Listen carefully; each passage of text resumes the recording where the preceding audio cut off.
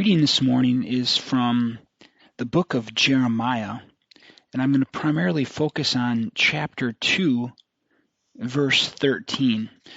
But before we get there, Jeremiah was called as a young man to do a very difficult task. This was a time in history where God's people had made it to the promised land. God had given them victory over their adversaries. They had built up Jerusalem and had much success as a country, especially under the leadership of Solomon. The country became very, very wealthy.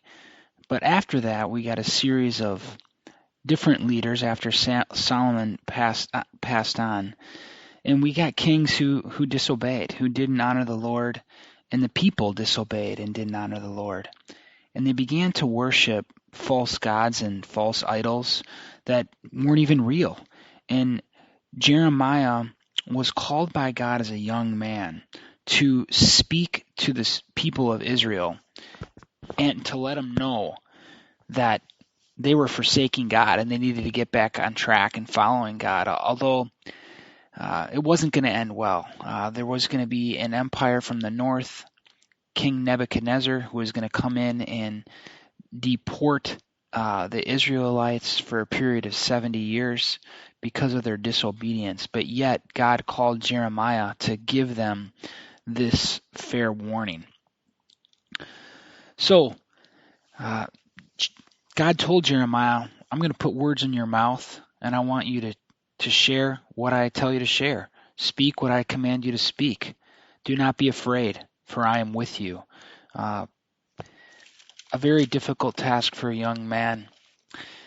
We get to chapter 2, and there's a really interesting picture that God gives Jeremiah to write down to the people.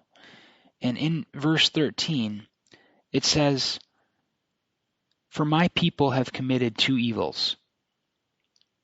They have forsaken me, the fountain of living waters, and hewed out cisterns for themselves, broken cisterns that can hold no water." Some of you may not be aware of what a cistern is. I own a very old property, and when I purchased it, there was still a cistern in the basement, and the cistern was a concrete chamber, typically in the basement of a home, and you would take water from the roof and divert it using a gutter system into this chamber so that you'd have water in your home. This is before electricity and before, pumps and all that. Then there would be from the kitchen a hole in the floor, like a trap door, and you would lower a bucket down into an opening at the top of the cistern in the basement and fill up your water bucket and then pull it up. And that's how you would have water, fresh water into the home. So what's being said here is, you have forsaken me, the fountain of living waters, and you've dug for yourself, which is a lot of work, by the way. A tremendous amount of effort would go into making a cistern. But only your cistern is broken, and it can hold no water. So you had like a spring welling up with water that I gave you, and you could have just kept drinking from that well, from that fresh fountain of water. But instead, you went through all this work of building a cistern, but not only did you build it, it's a cistern that won't even hold water. What an amazing picture that God is giving. And what he's saying to them specifically in that time is, I've been your God. I delivered you. I brought you through the desert. I gave you victory. You're in the promised land now, a great land, a land that is provided for you. But when you were there, you began to forsake me, and you began to go after false gods and false idols, which are like broken cisterns. They can't do anything for you, when really you had me the whole time, and you just forgot, and you fell away. And it made me think about our lives today, is that many times we try to fill our lives with some kind of purpose or some kind of fulfillment that we're hoping will leave us satisfied. And we tend to move away from allowing God to be the one to satisfy us. I think of like an athlete as an example. And athletes many times are, on pedestals in our country, and professional ones can have so much wealth, and they may have it all as it seems, or so it appears, while they're living their prime on earth. But at some point, they're just like anybody else, because we can't take anything with us. No money, no possession, no success, no trophy. None of that will go with us from this earth to wherever our destiny is next, based on our faith in Jesus.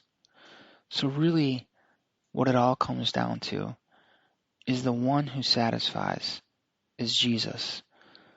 The one who is our living water is Jesus. And it's so important that we remember that and return to that, because otherwise we're trying too hard to find fulfillment in things that won't eternally satisfy. And we're just going to end up finding out that those things are broken. It reminds me of when Jesus was speaking in the book of Matthew, and he was talking about, hey, why do you worry about clothes? And why do you worry about food? God feeds the plants and makes the flowers grow. Won't he clothe and feed you? And then it says this, but seek first his kingdom and his righteousness, and all these things will be added unto you as well. And when we get the big rocks in, when we have Jesus be first in our life, when we find our satisfaction in him, then we can enjoy other things in life, but they're not taking the place of Jesus. We realize at the onset, these other things in my life aren't going to give me my true fulfillment. It's not going to be my career. It's not going to be my sport. It's not going to be whether I lose 40 pounds or whatever it is that our temporary goal may be. Ultimately, our rest, our peace, our satisfaction, our sustenance is in Jesus. And ultimately, that is what's going to matter in the end. One day, our lives are all going to be taken from us on earth. And what's going to be so important at that time is the sweetness of our relationship with Jesus Christ.